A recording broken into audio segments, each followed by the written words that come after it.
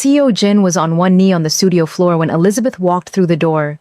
Not proposing. He was crouching over something, an envelope that had been slid under the door, plain white, her name written on the front in the handwriting she did not recognize. He had arrived before her that morning, let himself in with the key she had given him 3 weeks ago, found the envelope, and had not yet opened it. He was holding it by the edges when she walked in, and the look on his face, controlled, careful, the particular expression that meant he had already assessed the situation and was now managing his response, made her stomach drop before he said a single word. "This was under the door," he said. She set down her bag, crossed the studio, took it from him. Inside was not a threat. Not this time. Not the Shin network, not a warning, not anything from the world she had already survived twice. It was a letter from the Meridian Gallery in Hong Kong, handwritten, on heavy, cream paper from the director herself, a 2-year residency offer, the most prestigious contemporary art platform in Asia. Full funding, complete creative freedom, a studio 3 times the size of this one, and a single line at the bottom of the letter that stopped her breathing entirely. "We have been watching your work since displacement. We believe you are the most important emerging voice in diaspora art today. We want to give you the space to prove it." She read it twice. Then she looked up at Seo Jin. He was watching her face with the expression of a man reading a verdict. He had clearly already read it over her shoulder. He knew exactly what it said. Neither of them spoke for a long moment. Then his phone rang. He looked at the screen. Something shifted in his face, a different kind of controlled. "I have to take this," he said. He stepped into the hallway. She heard his voice drop into the register that meant business. Not the warm register, the cold one, the Empire. Register she had not heard in weeks. She stood alone in the studio with a letter in her hands and the Hong Kong offer and the sound of Seo Jin's voice in the hallway, conducting what sounded like a serious and urgent conversation in Korean, and the specific disorientation of 2 enormous things arriving simultaneously before she had processed either one. He came back in 4 minutes. He looked at her. "I have to go," he said. "There is a situation with the Yongsan development. One of the permit contacts has been arrested. My lawyers need me now." She looked at him. "Is it the Shin network?" No. He was already moving toward the door. "Something else. Something I have to handle." He stopped. He turned back. He looked at the letter in her hands. He looked at her face. He said, "We talked tonight. About all of it. I promise." He kissed her once, brief, certain, and he was gone. She stood in the empty studio, the letter in one hand, the sound of the door closing. Soul going. On outside like nothing had happened. She sat on the studio floor and she read the letter a 3rd time, and she understood with absolute clarity that the next decision she made was going to define the rest of her life, and she had no idea what it was. Comment right now. Hong Kong or Seoul, because the comment section is already divided and this story has not even started yet. Subscribe and stay locked in, because what Seo Jin is hiding is going to make you furious. Keep watching. The situation with the Yongsan development was not a permit problem. Park Do-jun told him the truth in the car, calm, direct, the way Do-jun always delivered information that required action. A competitor in the legitimate real estate sector, a man named Hwang Tai-sung who had been watching Seo Jin's transition from Shadow Empire to clean development with the specific interest of someone who saw opportunity in the gap, had moved against the Yongsan project. Not criminally. Legally. Hwang had purchased the remaining minority stake in the development through a holding company Seo Jin's lawyers had not tracked, giving him enough leverage to freeze the permits pending a partnership dispute resolution that could take 6 to 18 months. It was clean. It was legal. It was designed to either force Seo Jin into a disadvantageous buyout or kill the project entirely. "He's been planning this for 4 months, Do-jun said. Seo Jin looked out the car window at Seoul passing by. "How did we miss the holding company?" "He used 3 separate shell structures. Our due diligence stopped at 2. A pause. Boss. This is the first major attack on the legitimate side. Not the shadow side, the legitimate side. Seo Jin understood what Dojin was not saying. The Shadow Empire had protection.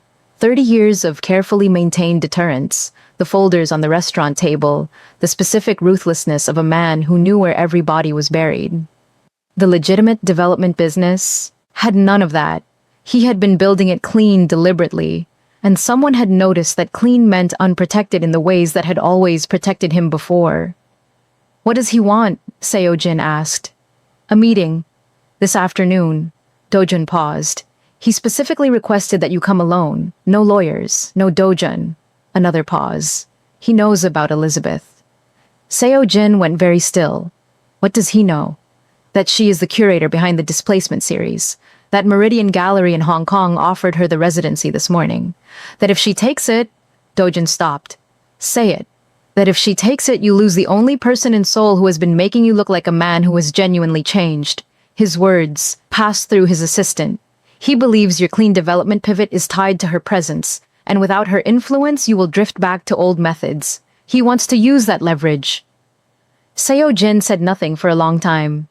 The car moved through Seoul. Then he said, "Set up the meeting." Alone? Alone. He looked at Dojun. And do not tell Elizabeth any of this. Dojun looked at him.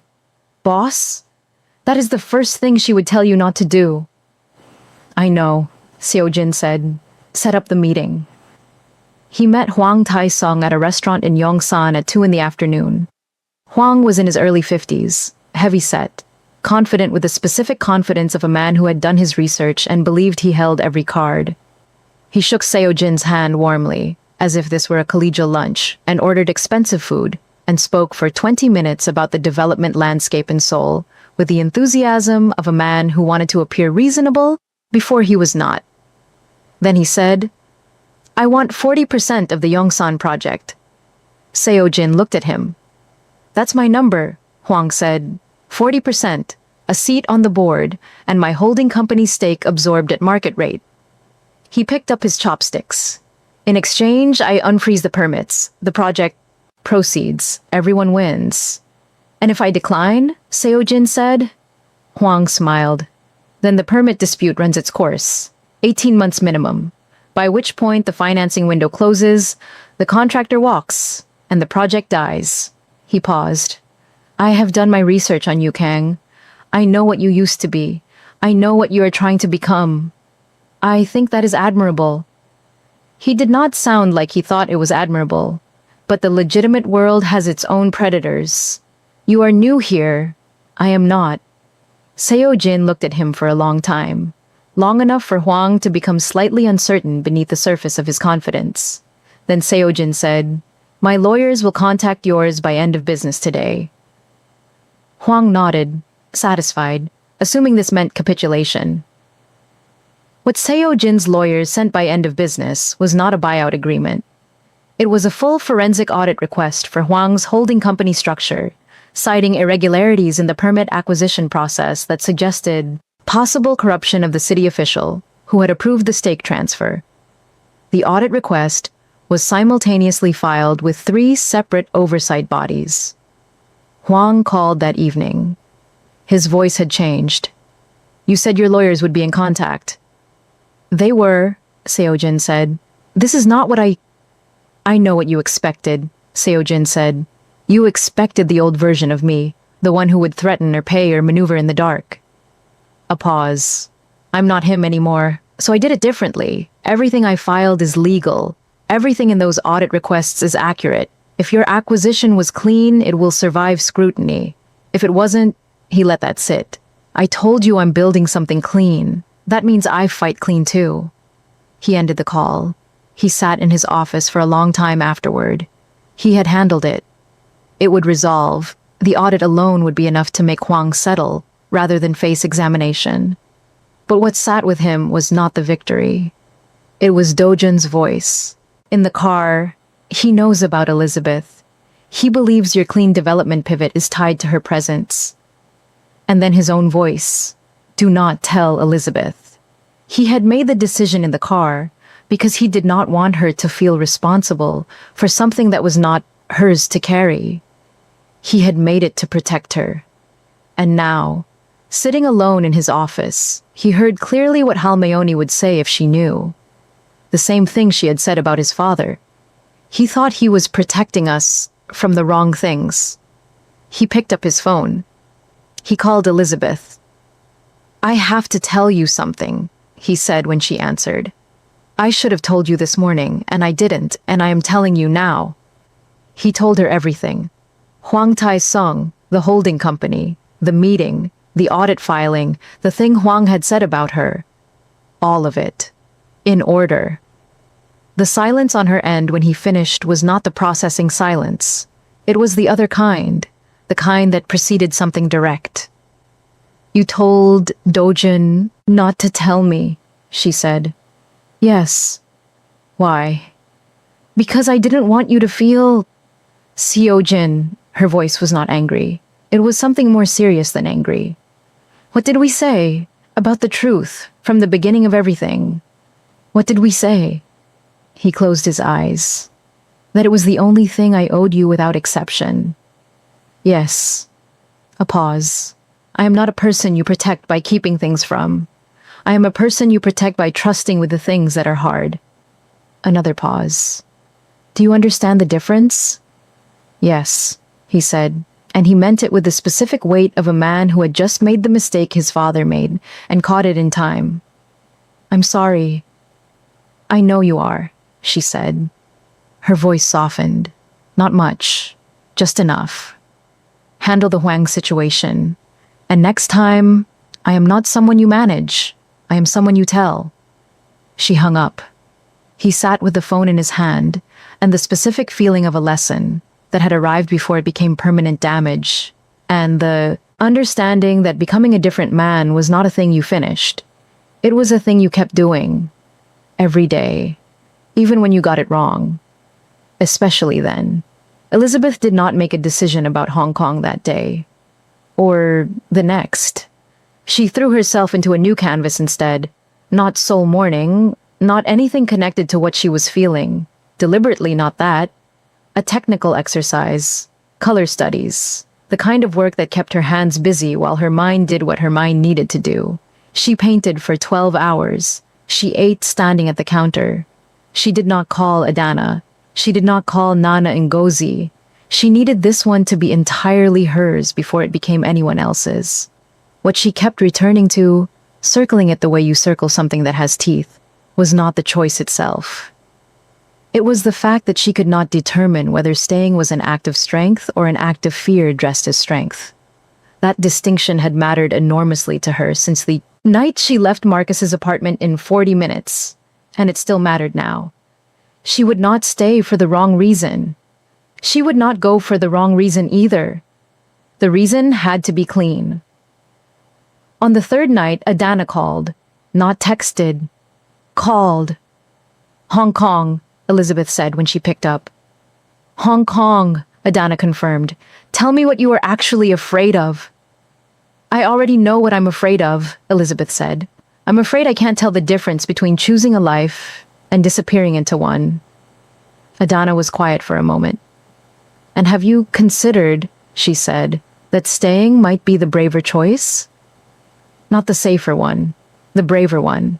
That it might take more courage to stand in the middle of something good and say, 'This is what I choose,' than to leave for a platform that will applaud you."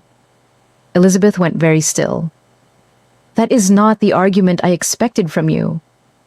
"I know," Adana said. "I have been thinking about it for 3 days."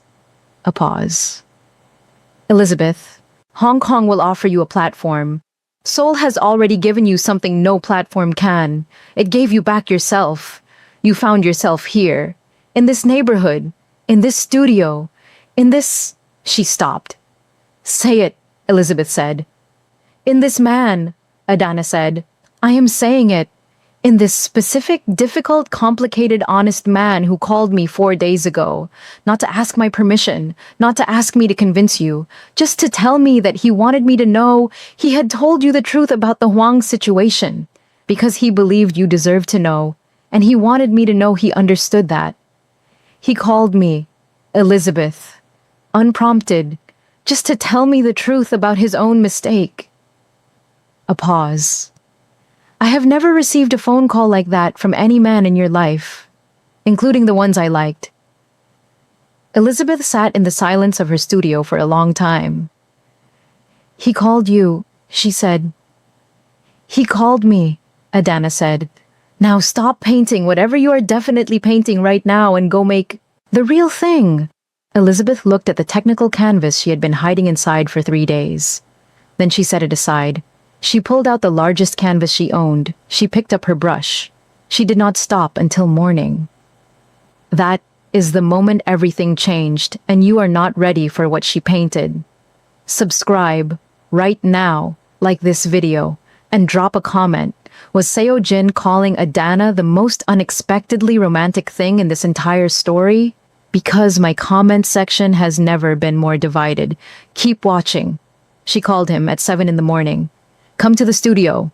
He arrived in 20 minutes. She opened the door, paint covered, awake for 24 hours, electric.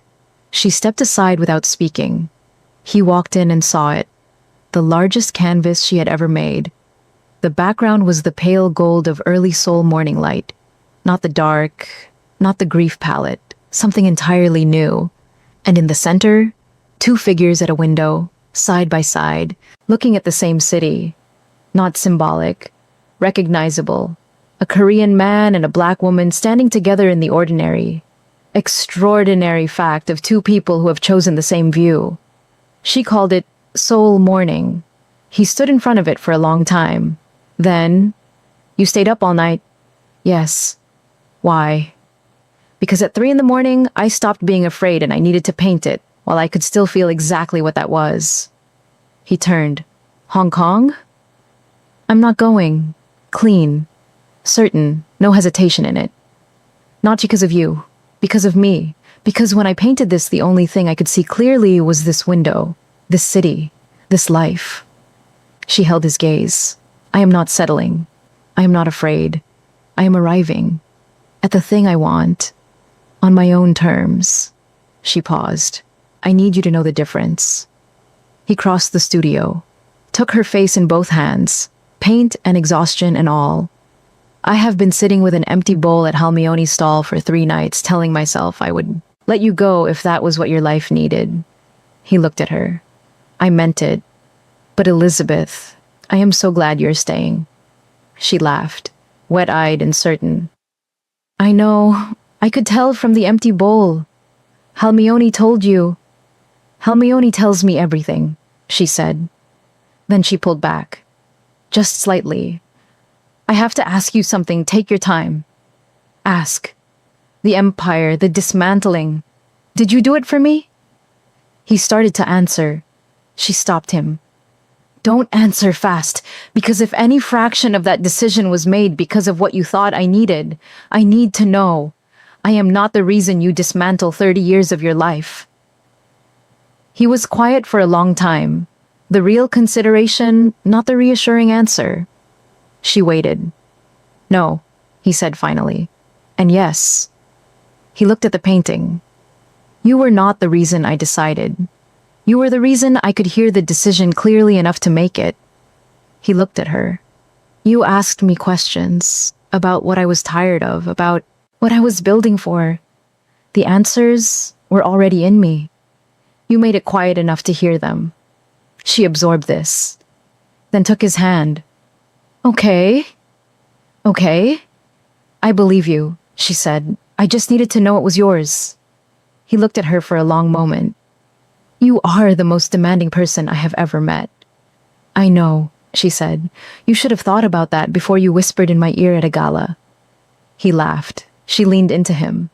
Outside, Seoul went on around them, brilliant and indifferent, and entirely theirs.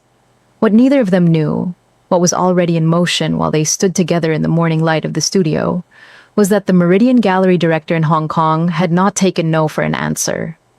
The counteroffer arrived 3 days later. Not by letter this time, by personal visit.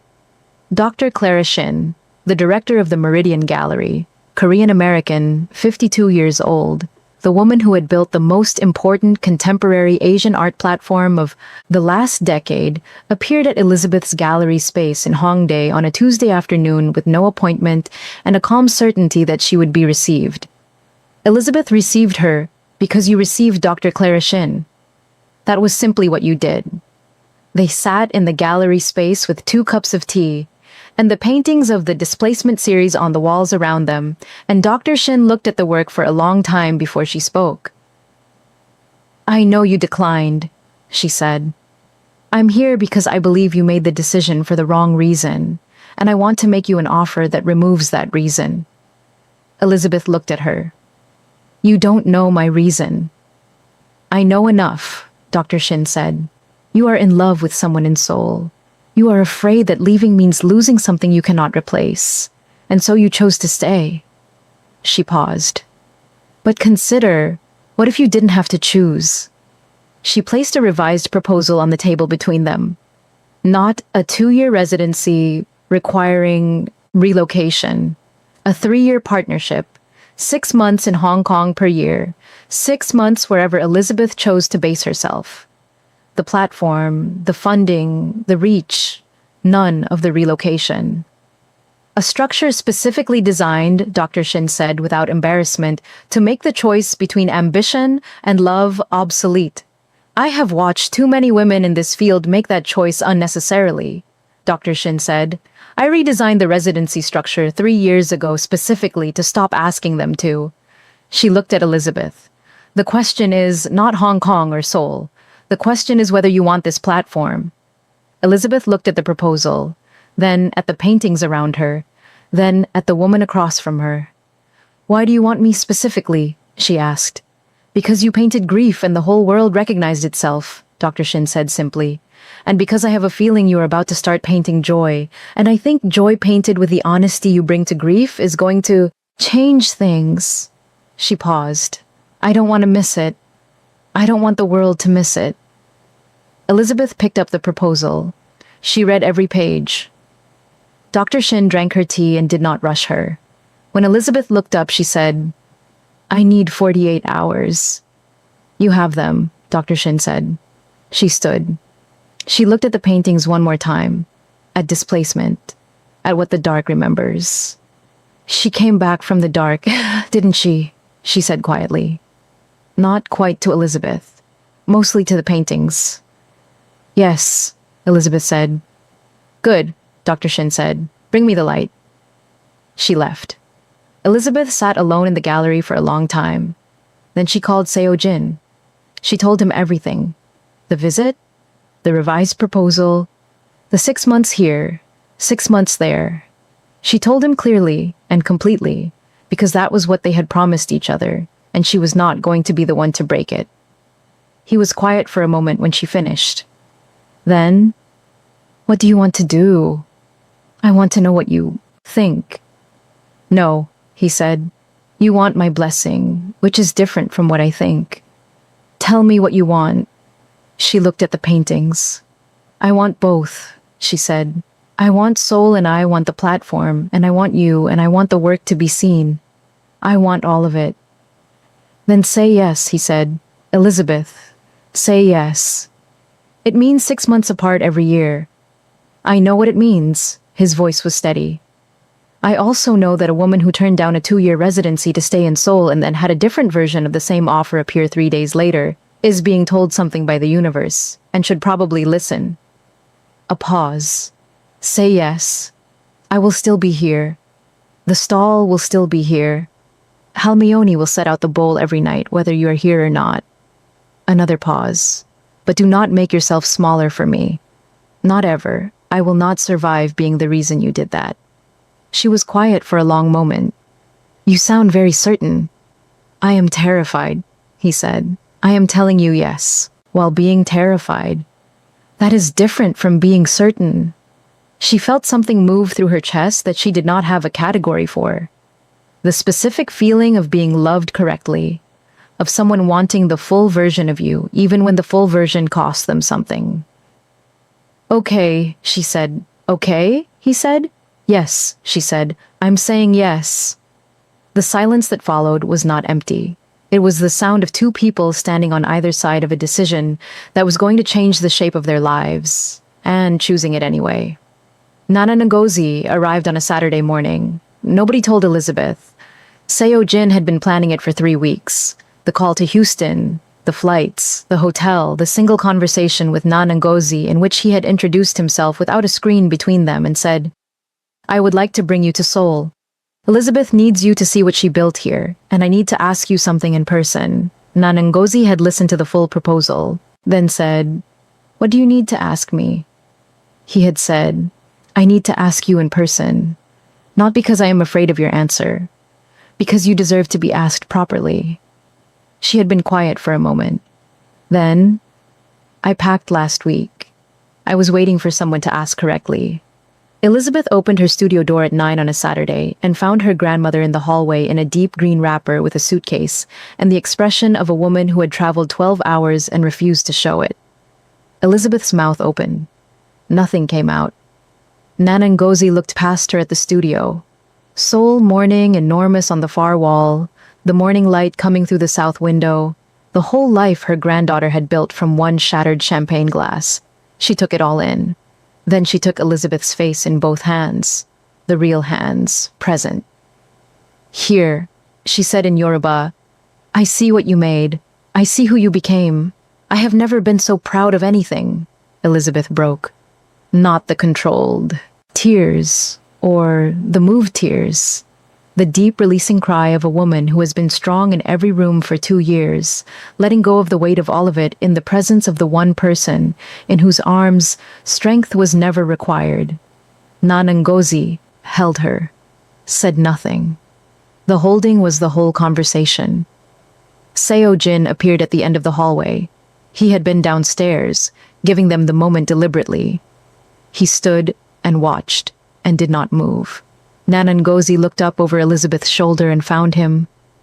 She studied him in person now, no screen, no distance.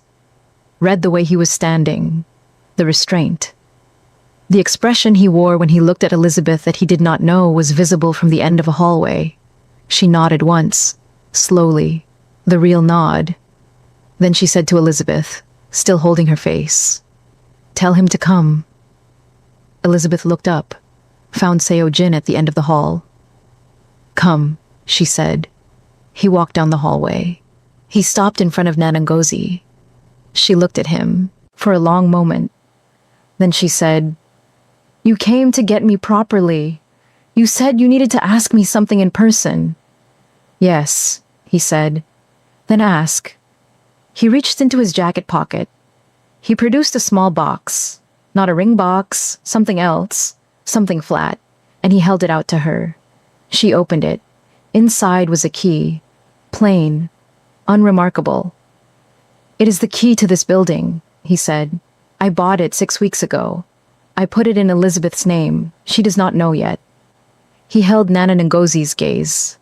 "I am asking your blessing, not to marry her. That is a conversation I will have with her when the time is right and in the way she deserves. I am asking your blessing to love her correctly, for as long as she will let me.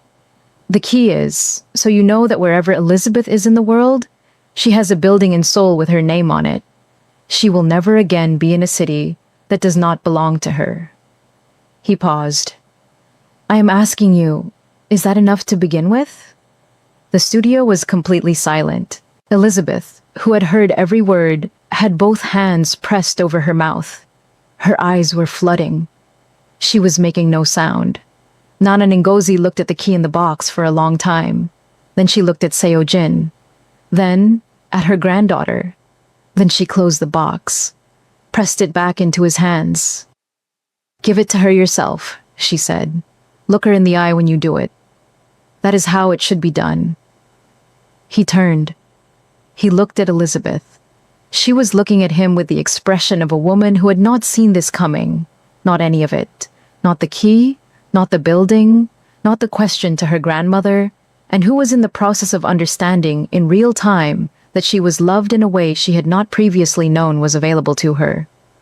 "You bought the building," she said.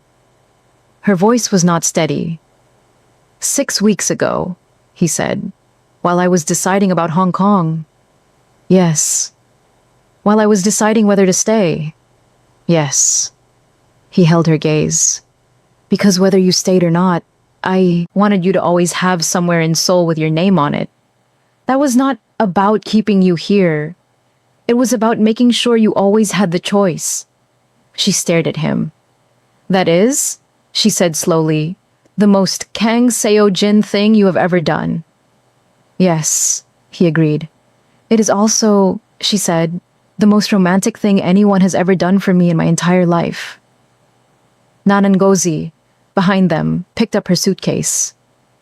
Now, she said briskly, someone should show me this city, and then I want to meet the other grandmother. I have things to give her. Halmeoni's pojangmacha, all four of them together. Evening, the exchange of spice containers. Nanangozi's pepper soup blend to Halmeoni, Halmeoni's teokbokki blend to Nanangozi, with a sticky note label in Korean and English that Seo-jin had translated. The two women eating with the focused attention of professionals assessing each other's work. Nanangozi producing a fork without drama. Halmeoni producing a fork from under the counter before she asked. She had researched this visitor, and setting it down with the expression of a professional who anticipates. And then, the moment nobody saw coming. Halmeoni set down her ladle. She came out from behind the counter, something she had done only once before in this entire story, the night Elizabeth arrived back from Abuja. She stood in front of Seo-jin. She looked at him for a long moment with the expression of a woman who has been waiting to say something for 30 years and has finally found the right moment. She spoke in Korean, directly to him. No translation for the room, just the two of them, grandmother and grandson, the full private weight of it. When she finished, his face had done something Elizabeth had never seen it do before, and would not see it do again. It had gone completely young. Not the controlled face, not the open face, not even the unguarded face. Something older and more essential than all of those. The face of the boy from Itaewon before the world taught him what he needed to become. Elizabeth looked at Nanangozi. Nanangozi looked at Elizabeth. Neither of them asked what was said. Some conversations belonged only to the people having them. Seo-jin nodded once. Then he put his arms around Halmeoni and held her, briefly, completely, the embrace of a man returning something he had owed for a very long time. Halmeoni patted his back. Once, firmly. Then she went back behind her counter and picked up her ladle and said to the room in her first English of the entire story, "Eat. Everything is getting cold." Nanangozi raised her fork.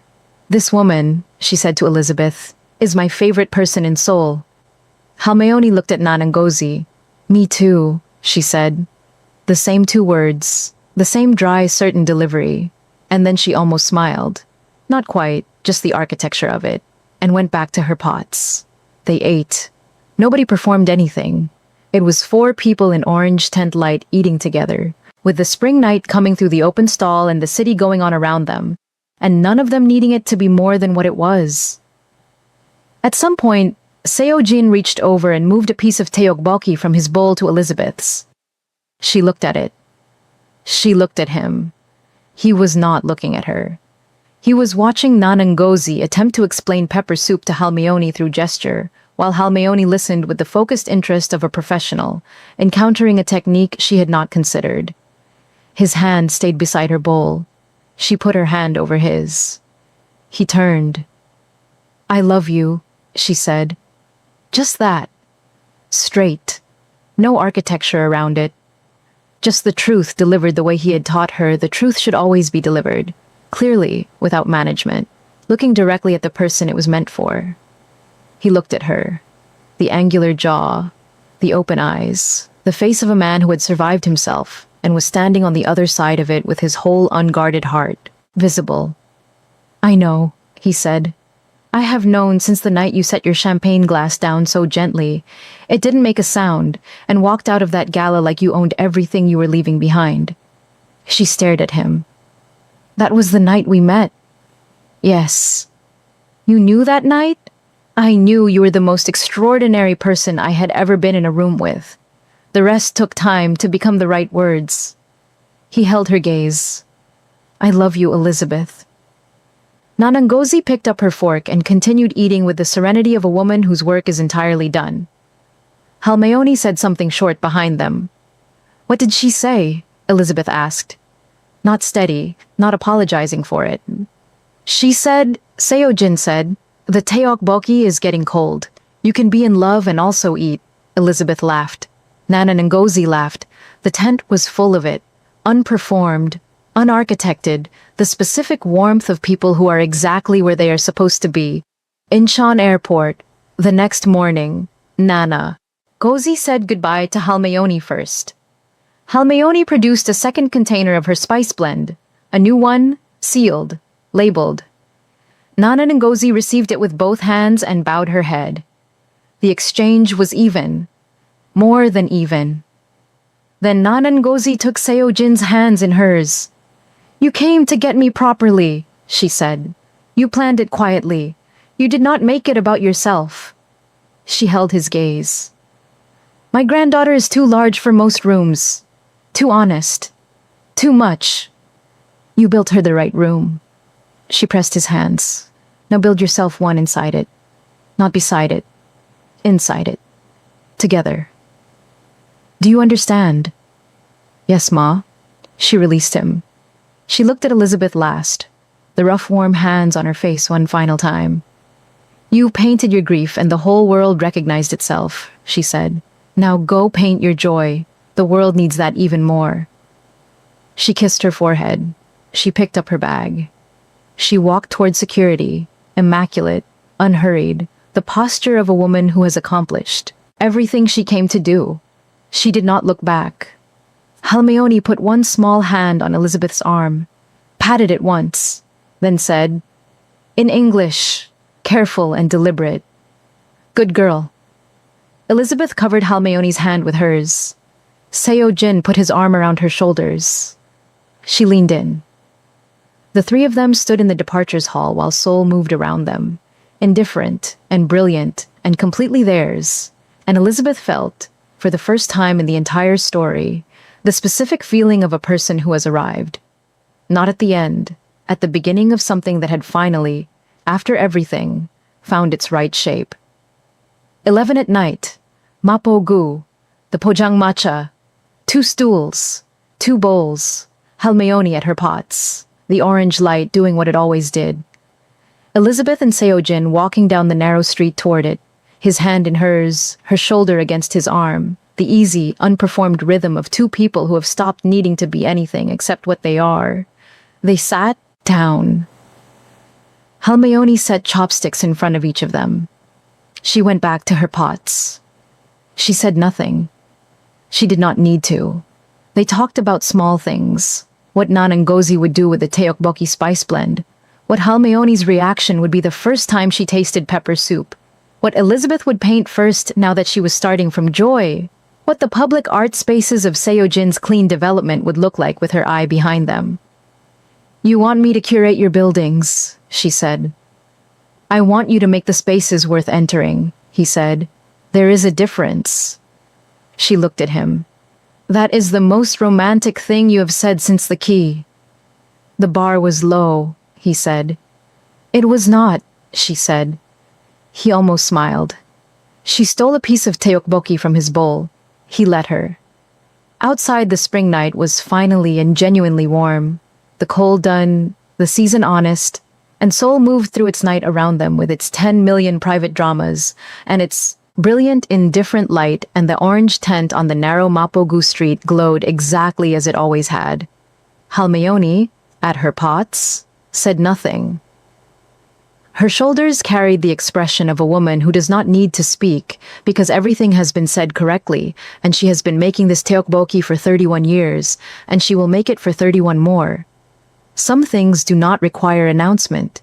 They just require showing up, every night, without being asked, without a guarantee, just showing up. And on the other side of that, if you are patient enough, and honest enough, and brave enough to keep walking toward the orange light even when you cannot yet see it from the street, on the other side of that is everything. If this story held you from the champagne glass all the way to this final scene, you already know what to do. Subscribe, like, and in the comments tell me, what was the moment across all three parts that you did not see coming? The building in her name, Seo Jin calling Adana, Dr. Shin's counteroffer, or Halmione coming out from behind her counter for the second time? Tell me everything. Every single comment gets read. This story was always yours.